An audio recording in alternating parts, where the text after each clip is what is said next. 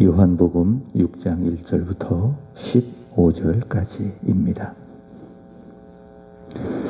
그 후에 예수께서 디베레의 갈릴리 바다 건너편으로 가시매 큰 무리가 따르니 이는 병자들에게 행하시는 표적을 보았음이러라. 예수께서 산에 오르사 제자들과 함께 거기 앉으시니 마침 유대인의 명절인 유월절이 가까운지라. 예수께서 눈을 들어 큰 무리가 자기에게로 오는 것을 보시고 빌립에게 이르시되 우리가 어디서 떡을 사서 이 사람들을 먹이겠느냐 하시니, 이렇게 말씀하시면 친히 어떻게 하실지를 아시고 빌립을 시험하고자 하심이라. 빌립이 대답하되 각 사람으로 조금씩 받게 할지라도 200데나리온의 떡이 부족하리이다.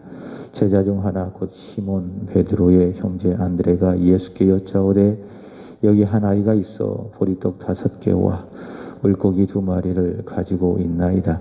그러나 그것이 이 많은 사람에게 얼마나 되겠사옵나이까? 예수께서 이르시되 이 사람들로 앉게 하라 하시니 그곳에 잔디가 많은지라 사람들이 앉으니 수가 5,000명쯤 되더라. 예수께서 떡을 가져 축사하신 후에 앉아있는 자들에게 나누어 주시고 물고기도 그렇게 그들의 원대로 주시니라. 그들이 배부른 후에 예수께서 제자들에게 이르시되 남은 조각을 거두고 버리는 것이 없게 하라 하심으로 이에 거두니 보리떡 5개로 먹고 남은 조각이 12바구니에 찼더라. 그 사람들이 예수께서 행하신 이 표적을 보고 말하되 이는 참으로 세상에 오실 그 선지자라 하더라. 그러므로 예수께서 그들이 와서 자기를 억지로 붙들어 임금으로 삼으시려는 줄 아시고 다시 혼자 산으로 떠나가시니라. 아멘. 오늘의 읽은 말씀은 오병이어의 표적입니다. 떡 5개와 물고기 2마리로 5,000명을 먹이시고 12강주리를 남기신 그 유명한 오병이어의 기적입니다. 이 오병이어의 기적은 사복음서에 다 기록이 되어 있습니다. 마태복음 14장, 마가복음 6장, 그리고 누가복음 9장, 이 사복음서에 다 기록되어 있는 사건입니다. 우리가 복음서를 읽다가 보면 예수 그리스도의 행적인데 어떤 사건은 있고 또 어떤 사건은 어느 복음서에는 없고 그런 경우가 종종 있습니다.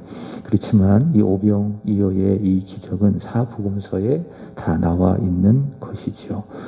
복음의 핵심은 무엇인가? 예수께서 고난을 받으시고 십자가에서 죽으셨다. 그 다음에 죄와 사망의 권세를 이기시고 다시 부활하셨다. 이것이 바로 복음의 핵심이기 때문에 이 복음의 핵심은 사복음서에 다 있듯이 이 오병이어의 이 기적이 사복음서에 다 있다라고 하는 그 사실은 이 사건이 아주 중요한 사건이다라는 것을 우리에게 간접적으로 보여주고 있습니다.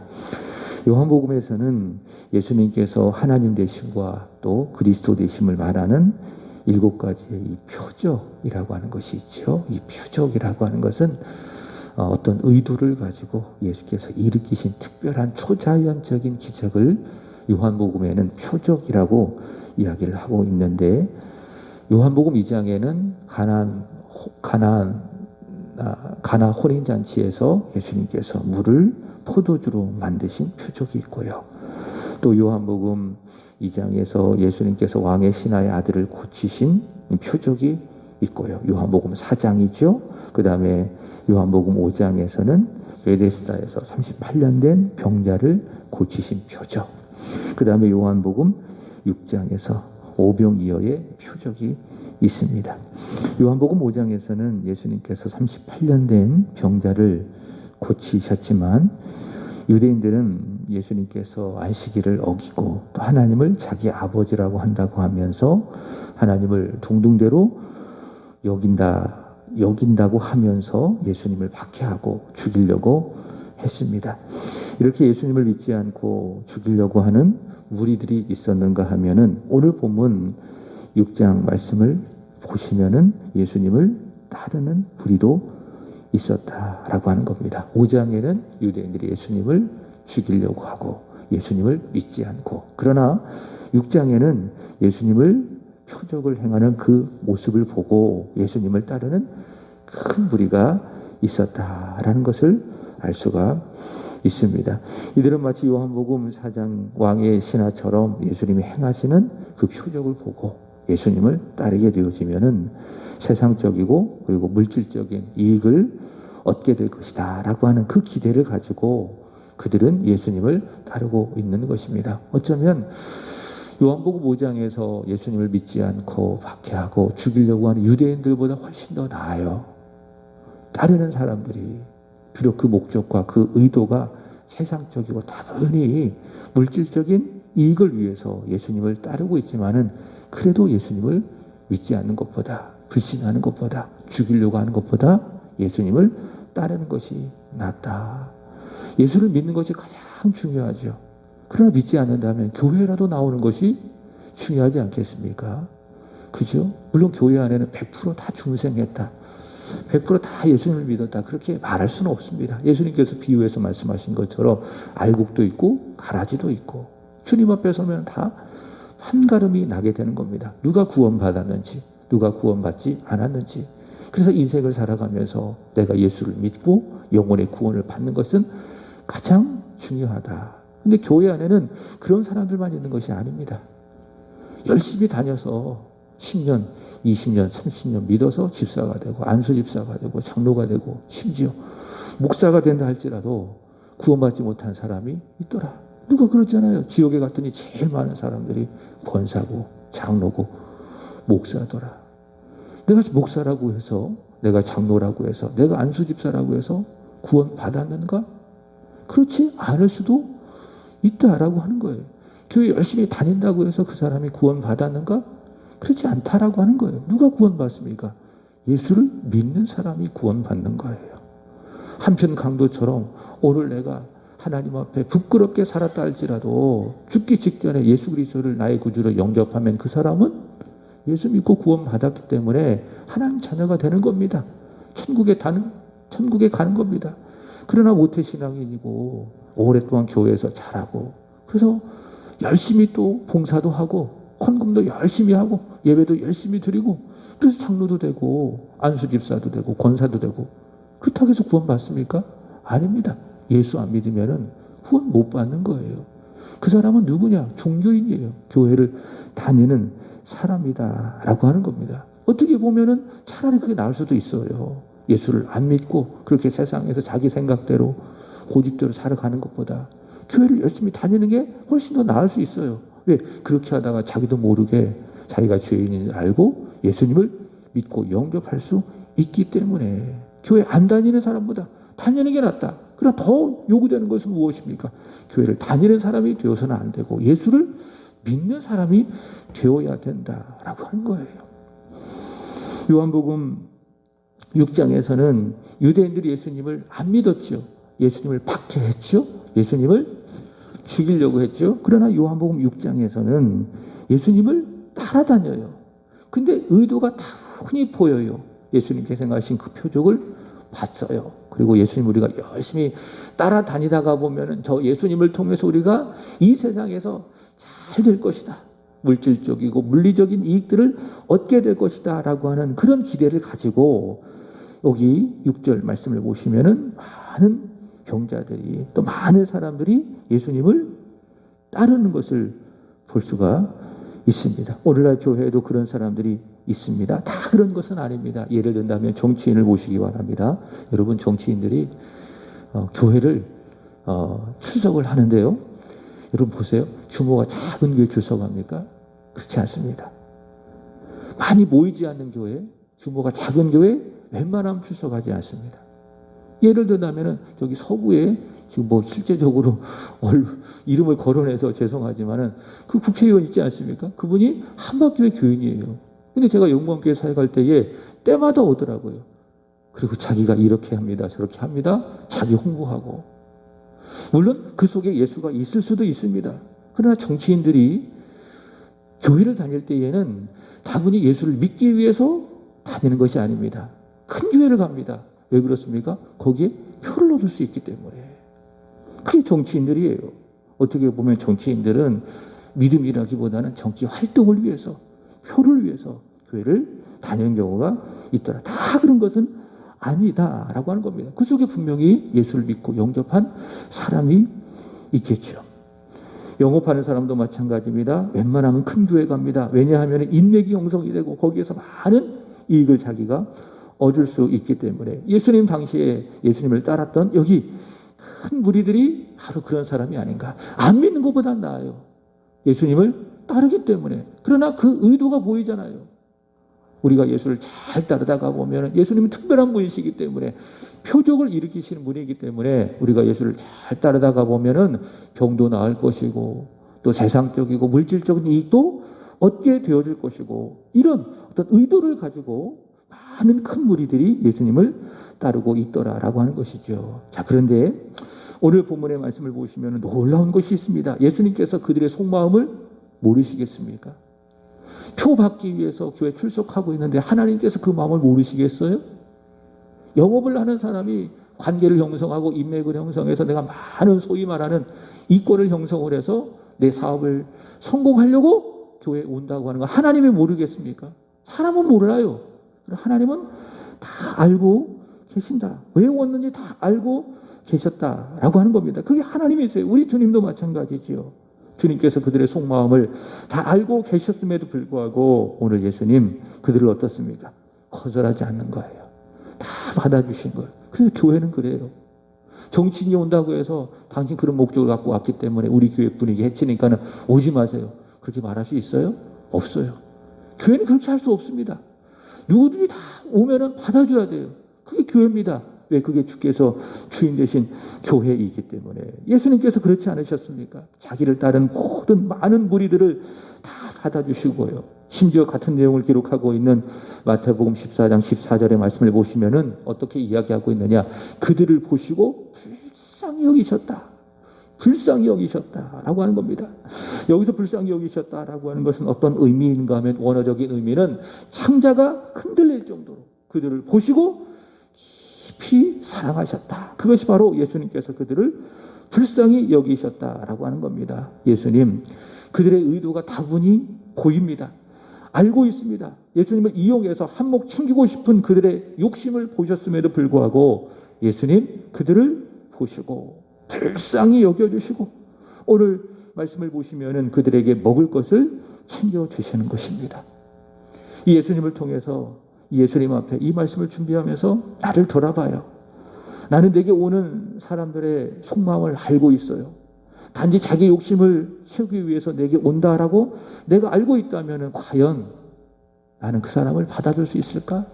저 사람이 나를 이용해서, 때로는 교회를 이용해서, 또 우리 교회 누군가를 이용을 해서 이익을 보고 싶은 그런 마음으로 우리 교회에 오고 있는데 나는 그 사람을 과연 불쌍히 여겨주면서 그 사람을 사랑하면서 그 사람을 받아줄 수 있을까? 이 말씀 앞에, 이 예수님 앞에 저를 한번 돌아보는 거예요. 그래서 고백했어요. 주님, 쉽지 않겠네요. 쉽지 않겠네요. 속이 뻔히 다 보이는데 저 사람이 분명히 나를 이용할 것 같고 나를 통해서 또 교회를 통해서 뭔가 이득을 얻고 싶은 목적의 의도가 다 보이고 있는데 목사로서 저 사람을 과연 관대하게 받아줄 수 있을까? 주님처럼 창자가 흔들릴 정도로 그 사람을 사랑할 수 있을까? 고백해요. 솔직하게. 주님, 쉽지 않겠네요. 그러나 예수님 그렇게 하시는 겁니다. 그래서 예수님을 우리가 감당할 수 없습니다. 예수님은 참 크신 분입니다. 마음이 하늘보다 넓고 바다보다 깊은 분이십니다. 그게 예수님이세요. 예수님. 그 목회는 뭐냐? 그 예수님의 본을 따라가는 거예요. 근데 쉽지가 않은 거예요. 목사랄지라도 사람이기 때문에. 때로는 마음이 어려워지기도 하고 마음이 좁아지기도 하고 그게 목사예요. 그게 사람이에요. 그러니까는 결론은 무엇입니까? 내가 예수가 필요한 거예요. 나의 마음의 상태가 이러기 때문에 그런 사람들을 품어줄 수 있는 마음의 넉넉함이 없기 때문에 내가 안 되기 때문에 예수가 필요한 것이고 예수의 십자가가 필요한 것이고 그래서 새벽에 기도하는 거예요. 하나님 이런 마음을 갖게 해주세요. 안 될 수도 있어요. 그러나 기도하는 거예요. 그러나 무릎 꿇고 기도하는 거예요. 하나님 누구든지 오늘 예수님처럼 내게 온다면은 하늘보다 높고 바다보다 깊은 그런 마음으로 품어줄 수 있는 마음을 내게 주세요. 그렇게 목사는 하나님 앞에 무릎 꿇고 기도하는 거예요. 그 기도가 된다 안 된다 그것을 뛰어넘어서 예수님께서는 그들 단지 사랑하심으로 말미암아 그들을 품어주시는 것이죠. 그들을 불쌍히 여겨주시는 것이죠. 왜요? 언젠가는 그들이 예수님을 따라가다가 보면 예수님을 알게 될 것이고 예수님을 바로 믿게 될 것이고 여러분 그런 사람들이 있지 않겠습니까? 처음에는 누구 따라오잖아요. 누구 손잡고 오잖아요. 또 오늘 이 큰 무리들처럼 뭔가 이익을 얻기 위해서 오잖아요. 근데 교회에서 예배 다 드리다가 자기도 모르게 은혜 받고 자기도 모르게 그 속에 예수가 들어가고 십자가가 들어가니 진정으로 예수를 믿게 되어주고 그래 내가 잘못 예수님을 믿고 따르려고 했구나. 주님이 원하시는 것이 그것이 아니로구나 라고 하면서 믿음이 들어가고 언제가 주님을 사랑하게 되고 진짜 그리스도인이 되고 자기를 부인하고 자기 십자가를 지고 주님을 따르는 제자가 되는 것 아니겠습니까? 오늘 보면 5절의 말씀을 보시면은 예수님께서는 빌립에게 물으십니다. 빌립아, 우리가 어디서 떡을 사서 이 많은 사람들을 먹일 수 있겠느냐? 예수님 빌립에게 물으십니다. 여러분 예수님께서 이렇게 물으실 때에 대안이 없어서 이렇게 물으시는 것이겠습니까? 6절 다시 보세요. 예수님께서 그 무리들을 보시고 누구에게 물어요? 빌립에게 묻죠. 빌립아, 우리가 어디서 이 많은 사람들을 떡을 사서 먹일 수 있겠느냐? 예수님께서 보세요. 대안이 없기 때문에 이 많은 사람들을 먹일 수 있는 대안이 없기 때문에 네가 가서 현실적인 대안을 찾아봐라. 나는 할 수 없으니 네가 해봐라. 답이 없기 때문에 이 질문을 하셨을까요? 아니에요. 이미 주님은 답을 다 갖고 계세요. 왜? 그분은 하나님의 아들이시기 때문에. 하나님이시기 때문에. 그러면 생각해 보세요. 왜 예수님께서 빌립에게 이런 질문을 하시는가? 우리가 어디서 떡을 사서 우리가 예수님을 포함하여 우리가 예수님의 제자들을 말하는 건 아니겠습니까? 우리가 어디서 떡을 사서 이 사람들을 먹일 수 있겠느냐? 예수님께서 왜 이런 질문을 하십니까? 빌립에게 믿음을 요구하시기 때문에 그래요. 빌립을 위해서 던지시는 질문이에요. 하나님께서 우리에게 말씀하신 모든 것들은 다 우리를 위해서, 우리의 믿음을 위해서 하나님께서 우리에게 말씀하는 것이에요. 목회도 그래요. 때로는 인간이기 때문에 속상한 이야기도 할 수 있을 것이고 때로는 좋은 이야기도 할 수 있을 것이고 그러나 목표는 하나입니다. 수요일에 말씀드렸던 것처럼 요한일서 1장 2절 그분의 영혼이 잘 되기를 바라는 마음으로 때로는 기도도 해주고 때로는 권면도 해주고 때로는 속상한 마음도 표현하기도 하고 왜 그렇게 해요? 사랑하고 그 사람이 믿음이 있어야 되기 때문에 그런 말을 하는 거예요. 적어도 목사는 목회 전문가가 아니겠습니까? 적어도 이 강단에서 무릎을 꿇고 이 교회를 품고 성도들 위해서 기도하는 사람 아닙니까? 그게 목사예요. 제가 하루 종일 교회에서 아무것도 하지 않는다 그렇게 생각하지 마십시오. 정말 단 한순간 한 10분조차도 제대로 쉬지 않아요. 뭔가 계속해요. 어제도 아침부터 저녁까지 계속 뭔가를 계속해요. 왜 제가 그렇게 해요? 한 분 한 분의 믿음을 위해서 그렇게 하는 거예요. 한 분 한 분이 그리스도 예수 안에서 영혼이 잘 되기를 바라는 마음으로 그런 일들을 감당하고 있는 것입니다. 하나님께서 우리에게 말씀하신 것은 바로 그겁니다. 하나님이 대책이 없어서 대안이 없어서 우리에게 말씀하시는 것이 아니에요. 이미 다 대안을 갖고 있습니다. 이미 대책을 다 갖고 있습니다. 우리에게 요구하는 것이 무엇입니까? 그 하나님의 답을 받을 수 있는 믿음이 너에게 있느냐 그거예요. 그 믿음을 요구하시는 질문이 무엇입니까? 빌립아, 우리가 이 많은 사람들을 먹여야 되는데 나는 저들을 사랑하고 저들을 불쌍히 여기는데 이 사람들을 어디서 떡을 사서 먹일 수 있겠느냐? 이게 주님의 의도예요. 이렇게 질문하신 나는 너의 믿음을 받기를 원한다. 나는 너의 믿음을 원한다. 그럼 어떻게 대답해야 됩니까? 주님, 우리는 대안이 없습니다. 그러나 주님은 갈릴리 가나 혼인잔치에서 물을 변하여 포도주로 만드신 분 아닙니까? 왕의 신하의 아들을 말씀으로 고치신 하나님 아니십니까? 38년 된 병자를 말씀 한마디로 고치신 전능하신 하나님 아니십니까? 주님이 다 하실 수 있습니다. 우리는 못하지만 주님은 하십니다. 이런 믿음을 갖고 주님의 손에 모든 것을 맡겨드리는 그런 믿음을 드리면 되는 거예요. 말씀만 하면 되는 거예요. 그럼 주님이 일하시는 거예요. 근데 뭐라고 이야기합니까? 자 보세요. 6절 보시면은 주님께서 그렇게 말씀하시면 친히 어떻게 하실지를 아시고 빌립을 뭐하고자? 시험하고자. 그러니까 빌립의 믿음을 원하시기 때문에 이 질문을 했다라는 겁니다. 그러나 빌립은 현실의 문제가 너무 크기 때문에, 오늘 내 앞에 있는 문제가 너무 크기 때문에 주님이 안 보여요. 주님의 말씀이 안 보여요. 그리고 현실만 보이죠. 그래서 뭐라고 대답합니까? 빌립이 대답하되 각 사람으로 조금씩 받게 할지라도 200데나리온의 떡이 부족하리다. 여러분, 우리가 그렇지 않습니까? 인생의 많은 문제 앞에서 있다가 보면은 내 믿음이 발휘가 안 돼요.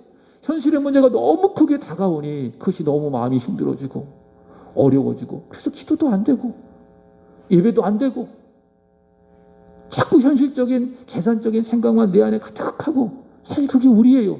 우린 죄인이기 때문에. 그죠? 오늘 빌립이 그래요. 현실만 보이는 거예요. 주님이 안 보이고. 그래 대답할 수밖에 없는 것이죠. 각 사람이 조금씩 받게 할지라도 200데나리온의 떡이 부족합니다. 주님이 안 보이고 오직 현실만 보이는 안타까운 상황이죠. 그동안 믿음이 어디 있습니까? 주님을 따라다니면서 들었던, 보았던 기적으로 말미암아 갖게 된 믿음 다 어디 까먹었어요. 다 어디다 버렸어요. 안 보이잖아요. 현실만 보이잖아요. 이게 안타까운 빌립의 모습이죠. 안드레도 마찬가지입니다. 안드레도 8절 9절의 말씀을 보시면 안드레도 똑같아요. 베드로 형 안드레도 예수께 여짜오되 9절 여기 한 아이가 있어 보리떡 5개와 물고기 2마리를 가지고 있습니다. 여기까지만 해야 돼요. 근데 뭐라고 이야기합니까? 그러나 이 많은 사람이 얼마나 되게 싸움나이까. 이 안드레도 똑같아요. 주님이 안 보여. 주님의 말씀이 들려지지 않습니다. 오직 현실만 보입니다. 믿음이 없습니다. 이 많은 사람이 어떻게 되게 싸움나이까. 자, 그런데 오늘 본문엔 기록되지는 않았지만은 믿음 있는 한 사람이 있습니다. 누군지 아십니까? 이 물고기 2마리와 보리떡 5개를 가지고 있는 아이입니다. 이 아이는 예수님의 손에 맡겨드리는 거예요. 빌립은, 그리고 안드레는 주님을 보지 못하고 믿음 없이 그저 현실 속에서 대안만 찾았지만은 이 아이는 물고기 2마리와 떡 5개를 어떻게 합니까? 맡겨드리는 거예요. 주님의 손에 맡겨드리는 겁니다. 이것이 믿음입니다. 맡겨드리니 보세요. 주님이 일하시잖아요. 주님이 역사하시잖아요. 맡겨드리지 않으니 내가 답을 갖고 이렇게 생각하고 저렇게 생각하고 있으니 주님이 들어올 자리가 있습니까? 주님이 안 들어오시는 거예요. 못 들어오는 게 아니라 내 생각으로만 가득 차 있으니 주님의 말씀이 들어와요? 안 들어와요. 나를 내려놔야죠. 나를 십자가에 못 박아야죠. 그래서 주님 말씀이 들어오는 겁니다. 빌립처럼 안드레처럼 현실만 가득 있으니 주님이 보여요? 안 보이잖아요. 안 들리잖아요. 주님의 말씀이. 그러나 이 아이는 주님 손에 다 맡겨드리는 거예요. 자기가 주님을 따르기 위해서 갖고 왔던, 먹으려고 했던 이 오병이어를 주님의 손에 다 맡겨드리잖아요. 그랬더니 주님이 일하시고 역사하는 겁니다. 다시 말씀을 드려요. 우리가 일하면 우리가 일할 뿐이에요. 그러나 우리가 기도하잖아요. 오늘 말씀에 의한다면 주님의 손에 맡겨드리잖아요. 이게 믿음입니다. 그럼 주님이 일하시는 거예요. 우리가 일하면 그 정도밖에 못해요. 잘했다 할지라도 나중에 다 틈이 생기고 문제가 생겨요. 그래서 주님께 맡겨드리잖아요. 기도보다 앞서지 않잖아요. 그러면 주님이 일하시고 주님이 역사하는 겁니다. 이 오병이어를 가졌던 이 아이가 주님의 손에 모든 것을 다 맡겨드리니 주님이 일하시고 주님이 역사하시는 겁니다. 제자들은 믿음이 없었지만 한 어린아이 주님의 손에 오병이어를 맡겨드리니 그 오병이어로 보세요. 기적이 일어납니다. 10절 말씀해 보시면 5,000명이 원하는 대로 배불리 먹게 되어지고 13절 보시면 남은 조각을 거두니 12바구니가 차게 되었습니다. 말씀을 마칩니다. 오늘 예수님 하나님이시고 하나님의 아들이시고 전지전능하신 하나님이십니다. 그분의 손에 우리의 모든 문제를 다 맡겨드리기를 바랍니다. 우리는 사실 그렇지 못하지요. 내가 다 맡겨드립니다 라고 고백하면서도 막상 내 눈앞에 닥친 현실 속에서는 맡겨드린 거 다시 달라고 하잖아요. 그리고 또 그것 때문에 고민하고 또 그것 때문에 넘어지고 우리들의 믿음 없는 모습이 아니겠습니까? 마치 빌립처럼, 마치 안드레처럼 주님은 하나도 없고 주님의 말씀은 하나도 없고 오직 현실만 있고 그게 우리들의 모습 아니겠습니까? 우리들의 부족한 모습이죠. 주님이 부족해서가 아니에요. 주님이 대책이 없어서가 아니에요. 우리에게 믿음 없음이 가장 큰 문제예요. 여러분, 이 새벽에 우리가 다시 한번 이 말씀 앞에 돌아봅니다. 주님의 손에 모든 것을 맡겨드릴 때에 나의 삶도 맡겨드리고 나의 어려운 현실도 맡겨드리고 나의 형편도 다 맡겨드릴 때에 주님은 일하시고 역사가 일어나고 나도 살고 우리도 살고 이 교회도 살고 이 나라와 이 민족도 살게 될 줄로 믿습니다. 그것이 바로 믿음입니다. 그런 믿음의 능력이 있기를 바라고요. 오늘 하루도 주님의 손에 모든 것을 다 맡겨드리는 바로 그러한 믿음으로 하나님을 섬기고 하나님을 예배하는 저와 여러분이 되기를 주님의 이름으로 축복합니다. 오늘 주일 예배에 성공하십시오. 예배에 성공하여 믿음에 성공하고 믿음에 성공하여 인생에 성공하는 저와 여러분이 되기를 축복합니다. 기도드리겠습니다. 하나님 아버지, 이 새벽에 이곳으로 우리를 불러주셔서 하나님 앞에 기도하고 예배하게 하여 주시니 감사를 올려드리나이다. 주님, 우리가 주님을 믿고 주님을 따른다고 하면서도 오늘 빌리처럼 오늘 안드레처럼 주님을 믿고 주님을 신뢰하기보다는 눈앞의 현실을 바라보며 현실에 기대어 살진 않았는지 오늘 우리 자신을 돌아보며 주님 앞에 회개합니다. 주님, 용서하소서. 우리의 믿음 없음을 불쌍히 여겨 주옵소서. 우리에게 믿음을 더하여 주옵소서. 주님 앞에 오늘 어린아이처럼 다 맡겨드리는, 주님의 손에 모든 것을 다 맡겨드리는 온전한 믿음으로 우리가 이 세상을 살며 주님이 일하심을 바라보며 항상 기뻐하고 쉬지 말고 기도하고 범사에 감사하며 살아갈 수 있도록 은혜 위에 은혜를 더하여 주시옵소서. 하나님, 오늘은 우리 중고등부와 우리 청년부를 위하여 간절히 기도드립니다. 우리 교회 안에 귀한 우리의 자녀들, 우리의 청년들이 있게 하여 주시니 감사합니다. 한 영혼이 천하보다도 귀합니다. 우리 한 사람 한 사람 주님의 은혜로 고이 품어주시기를 원하며 세안교회 안에서 잘 양육되어져서 하나님의 말씀과 기도로 잘 양육되어져서 훗날 교회를 위하여 더 나아가 이 나라와 이 민족을 위하여 귀하게 쓰임받는 이 땅의 의의 병기, 하나님 나라를 위한 의의 병기가 다 되게 하여 주시옵소서. 하나님, 코로나로 말미암아 이 나라가 어려움을 당하고 있습니다. 수도권의 지역의 교회들은 비대면으로 전환하여 다시 또 어려움 가운데 예배를 드려야 되는 상황에 놓여져 있습니다. 하나님, 이 어려움의 시기를 또한 역시 주님의 손에 맡겨드립니다. 인간의 방법으로 여러 가지 대처로 해결하려고 해도 되지 않는 것은 아버지 하나님, 사람이 그만큼 무능하기 때문에 그렇습니다. 그러하기에 주여 이 나라도 또 우리 주변에 있는 모든 어려움도 다 오늘 오병이어의 기적을 일으키신 주님의 손에 맡겨드리오니 주님이 일하시고 역사하여 주옵소서. 이럴 때일수록 우리 그리스도인들이 이 땅의 교회들이 더 하나님 앞에 불을 끓고 기도하며 하나님의 역사를 간절히 구할 수 있도록 축복해 주시기를 원합니다. 주님 앞에 드려지는 우리 권사님 감사의 쟁을 올려드렸나이다. 하나님, 간절한 소망입니다. 간절한 소원입니다. 주님 받아주시기를 간절히 원하며 특별히 이병구 집사님의 마음을 위로하여 주시고 이 시간 보혈의 피로 덮어주시고 치유하시고 회복시켜 주셔서 기쁨이, 감사가, 은혜가 더욱더 충만하여서 주님이 맡겨주신 교회 또 세워갈 하나님의 나라를 잘 받들어 섬겨가는 은혜와 축복이 있게 하여 주시옵소서. 이 시간 드려지는 또 우리 지수의 일천번대도 주님 받으시는 향기로운 제물이 되게 하여 주시고 사랑하는 아들 주께서 인도하여 주셨사오니 앞으로 가야 할 길도 주께서 친히 선하게 인도하여 주시옵소서. 이 시간 기도합니다. 새벽에 도우시는 하나님, 우리에게 다가오시는 하나님, 우리에게 기도를 명령하시고 또 응답하시겠다 약속하시는 하나님, 무엇보다도 우리에게 믿음을 요구하시는 하나님을 깊이 만나는 오늘 이 새벽이 되게 하여 주옵소서. 감사하며 주 예수 그리스도 이름으로 축복하며 기도합나이다. 아멘. 하늘에 계신 우리 아버지여, 이름이 거룩히 여김을 받으시오며 나라에 임하옵시며